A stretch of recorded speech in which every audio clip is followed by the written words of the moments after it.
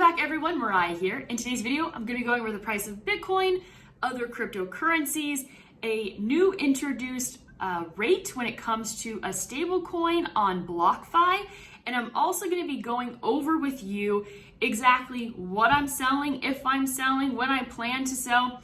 I'm going to give you the insider look on exactly what I've been doing and what I have failed to do. So let's go ahead and just, before I forget, go over Blockfi. So I recently got an email from Blockfi for this limited time offer, okay? They're creating urgency, which to be honest with you means that like they're trying to recover from something. I don't know if they're still trying to recover from the whole GBTC situation, but I don't know. I for some reason, I'm slightly skeptical. I do trust Blockfi, but there's a reason why they're doing this, okay? There's a reason why they're doing this, and I think that I don't know, maybe it's hard to say, okay? But there's a reason why they're doing this, and I think it's to potentially recover something. I'm not trying to start a rumor, I just think it's odd. Okay, earn 10% APY on any new stablecoin balances until July 31st. Interest is paid in crypto. The more you have, the more you earn. How it works: send USD to purchase stablecoin or send USD stablecoins to your account. You can send USD via ACH or wire transfer. So basically, any like new USDC that you put on your account is going to be earning at the 10%.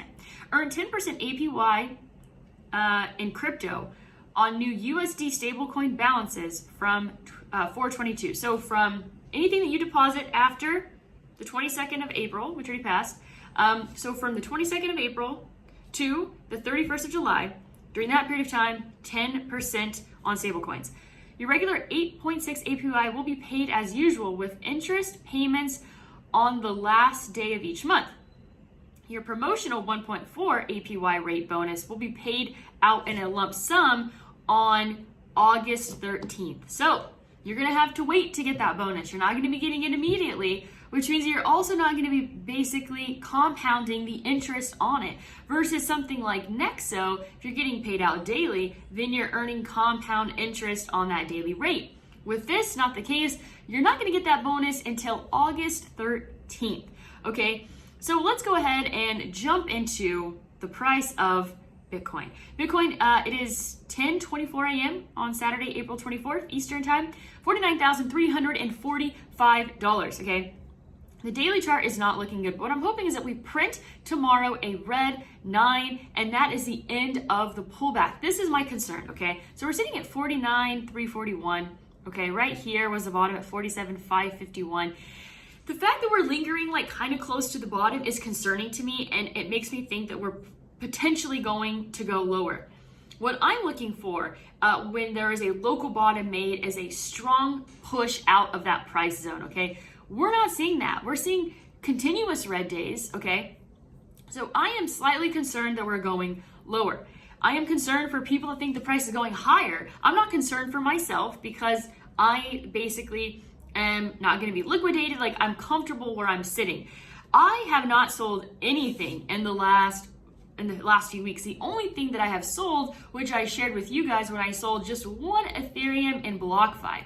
The rate I got was $2,377, and I basically exchanged it for USDC, and I did that, let's see here, on April 21st, and you can see I've made a whopping $1.61 since then. But hey, it all adds up. I'm not complaining, and then anything new that I add is going to be paid at a 10% rate. So that's the only thing I've sold lately. Obviously, I should have sold more Ethereum in that range, but this is the thing. I look at risk to reward. If I'm going to sell, it needs to be at the top, okay? Bitcoin has pulled back significantly, so why am I going to sell at these levels? That just doesn't make sense for my game plan. So, like, I would be basically selling at a 23% pullback, okay? The idea is to sell high, okay? I am not comfortable selling at these levels, okay? Because if I'm going to sell, my intention is to buy back lower. I think the opportunity to buy back lower is not big enough for me. The risk to reward ratio is just not there for me. So I'm just going to continue holding, okay? And I'm okay with that because I believe in the long-term vision, plan, and fundamentals of Bitcoin. So there is no reason for me to be selling at these levels, okay? I don't want to be selling on red days. That's not how you're supposed to do it, okay? I have no desire to sell at these levels. So let's go ahead and take a look back at Bitcoin. The daily chart, like I said in yesterday's video, we have pulled back, we have pulled back about 26%, and I would say we could definitely pull back 30% down to like mid 45,000s. And shoot, I mean, let me show you guys something over here on Twitter. Okay, you got to check this out. We have only pulled back 30% like 3 times in this bull run, all right? So, I liked this thing the other day. Let's see here. So here's a chart. Here are 1, 2, 3, 4, 5, 6, 30% plus pullbacks on the price of Bitcoin in 2017, okay? So let's say, we pull back 38% like we did one of these times back in 2017, and this is one of those times that it's gonna happen, okay? Expect prices down to about $40,000, okay? That's still a huge possibility, all right? I right now don't feel comfortable selling at these levels. I might change my mind, but at this moment, I don't feel comfortable doing that. So if anything, I would be more probably likely to sell Ethereum. So Bitcoin has pulled back like 24% from the all-time highs. When it comes to Ethereum, it's pulled back about 22%, a little bit less. And if I was to basically sell at this current, like right now, I would be basically selling it 16% down from the top. And if I was to be selling Bitcoin right now, I would be selling about 23% from the top. So I actually feel more comfortable selling off Ethereum right now than I do Bitcoin, all right? And your goal should always be to stack sats, people. Stack the sats. So let's go and take a look at the 4-hour chart here. It looks like we're gonna go lower. I see zero strength coming in from Bitcoin. If this green, red 2 starts trading below this red 1, the low of this candle is 48,743. We are going lower, okay? The 4-hour chart is showing zero signs of strength. Okay, the 1 hour is looking a little bit better than the 4-hour, but still really not all that impressive. We made a lower low here. Bitcoin is looking extremely, extremely weak to me. Very, very weak. 30-minute also looking very, very weak. I would say prepare for us to go lower, and I'm not trying to be super negative. I'm just being honest with you. The charts do not look good. They don't look good at all. Kind of keep an eye on the 5-minute to see if it changes direction. We were seeing some strength here after like 8 a.m., but then it has dwindled off already. Let's go ahead and take a look at Ethereum on the daily chart. Ethereum looks better, and it's, let's see here. Ethereum looks slightly better than Bitcoin, in my opinion, but still not a ton of strength, especially if it goes below 1994. I think we're going to be going even lower.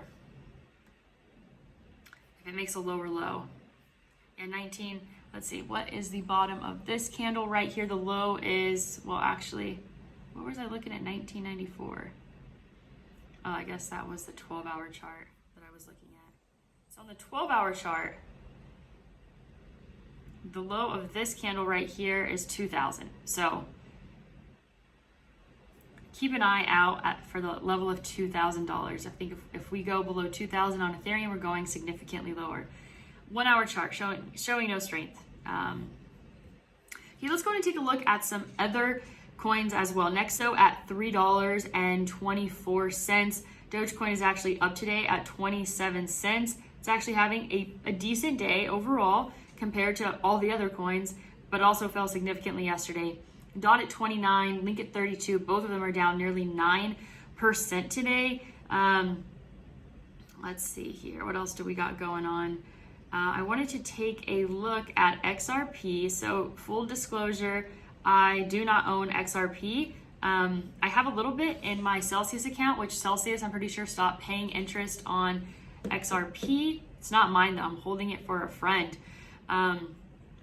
I used to have lots of XRP. It was a big part of my portfolio. That was back in 2017 when I guess I knew a little bit, but I didn't really know all that much. So this is the thing here, okay? Let's go and take a look at the daily chart. There is a reason why, you want the majority of your cryptocurrency to be in the majors, okay? And it's because of reasons like this, okay? Let's say you're all in on XRP.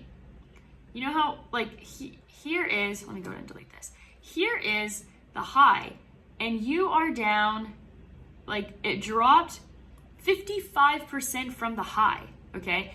And that was in a matter of days. So April 14th was gonna hit an all-time high, and then it bottomed on the 23rd, so that's 9 days? So in 9 days, you lost 54% of your gains, all right? Bitcoin, on the other hand, lost more like 23%, so half of that. You're gonna be, when it comes to the altcoins, you're looking at a lot more volatility, especially with XRP, right? And to get out at the top is just extremely hard. Another thing is XRP is nowhere near all-time highs, okay? Nowhere near all-time highs. The all-time high of XRP, well, wait a second. It's not even on this chart, this Binance chart. But yeah, this only goes back to 18. Yeah, no, this is incorrect. So the all-time high is $3.50. So Nexo is actually down against Bitcoin today, 2.83%. It's always kind of sad during the weekends when the traditional markets are not open. But, just across the boards, red all over the crypto market. I think this can continue throughout the weekend. I think the hope that we have, there's pros and cons to the cryptocurrency market correlating with S&P. And that's if, we see strength continue with S&P on Monday, then Bitcoin could absolutely follow the lead, because what did SPY do on Friday? It made new all-time highs. So congratulations to all the SPY holders there. Another quick update here. I'm still so obsessed with you guys using my Blockfi link here. You just moved up on the waitlist for the Blockfi Bitcoin Rewards credit card. You're now at number 68. You guys are the best, okay? If you want to support this channel, I have links down below.